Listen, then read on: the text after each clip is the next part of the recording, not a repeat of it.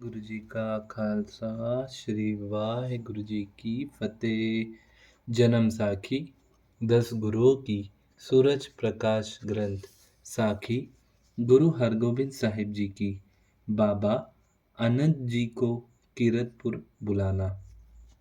एक दिन गुरुजी ने भाई गद्दी को एक चिट्ठी बाबा आनंद जी के नाम लिखकर गोविंदवाल भेजा कि आप जी कीरतपुर को आकर दर्शन दो।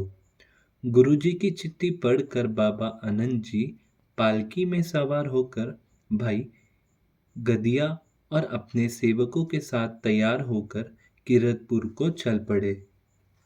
बाबा जी जब कीरतपुर के नजदीक पहुंचे तो गुरु जी आप जी को बड़े आदर के साथ लेने गए। अपने घर लाकर गुरु जी ने बाबा जी का बड़ा सम्मान किया और सेवा करके प्रसन्नता प्राप्त की। गुरु जी ने बाबा मोहन जी और मोहर जी के परलोक गमन का बाबा आनंद जी के साथ अफसोस किया और परमेश्वर प्रेम सत्कार के वचन करके कुछ दिनों के बाद आप जी को पालकी में बैठाकर भाई गदिये के साथ और सिख सेवकों देकर गोविंदवाल भेज दिया। धन गुरु नानक। श्री गुरु हरराय जी को गुरु गद्दी का विचार।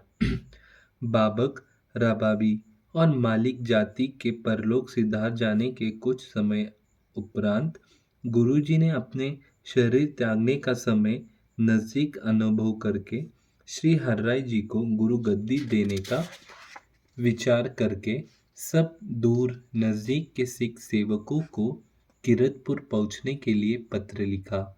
गुरुजी के हुक्मनामे को पढ़कर सब गुरु सिख कीरतपुर पहुंच गए।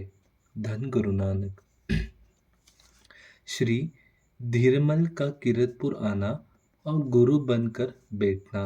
संगत का कीरतपुर एकत्र होना सुनकर धीरमल भी अपनी माँ नानकी के साथ कीरतपुर पहुंच गया।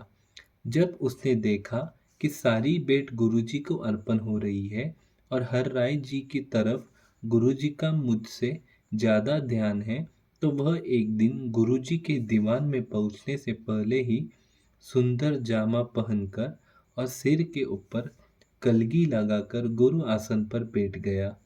उसका विचार था कि गुरुजी के बड़े पुत्र श्री गुरु दित्ता जी का बड़ा प्रेम होने के कारण गुरु गद्दी ऊपर बैठने का हक उसको ही है। हर्राय जी जो उसके छोटे भाई है, उनका हक गद्दी पर बैठना नहीं बनता। इसलिए उसने विचार किया कि मसंद और सिख सेवकों के ऊपर अपना प्रभाव डालने का यह अच्छा समय है। धन गुरु नानक।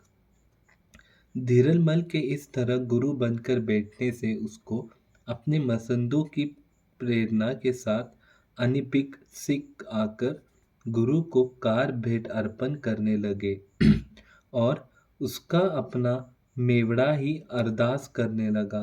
इस प्रकार धीरमल को सवा पहर तक बहुत चढ़ावा चढ़ गया। तदुपरांत दीवान की समाप्ति करके धीरमल सारा चढ़ावा लेकर अपने डेरे आ गया।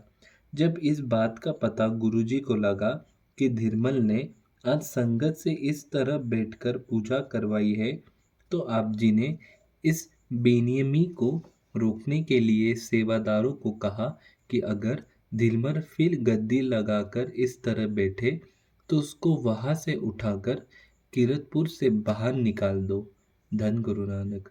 इसके पश्चात जब तीसरा पहर धीरमल फिर से सवेरे की तरह गद्दी लगाकर बैठ गया, तो गुरुजी के सेवादारों ने धीरमल और उसके मसंदों को वहां से उठाकर व उसकी गद्दी उठाकर फेंक दी और सिख सेवादारों ने कहा कि तुम गुरुजी के होते आप ही गुरु बने हो, यह बहुत बेनियमी है व अयोग्य बात है।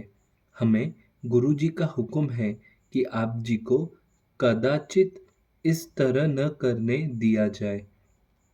अच्छा यही है कि आप यहाँ से अभी चले जाओ।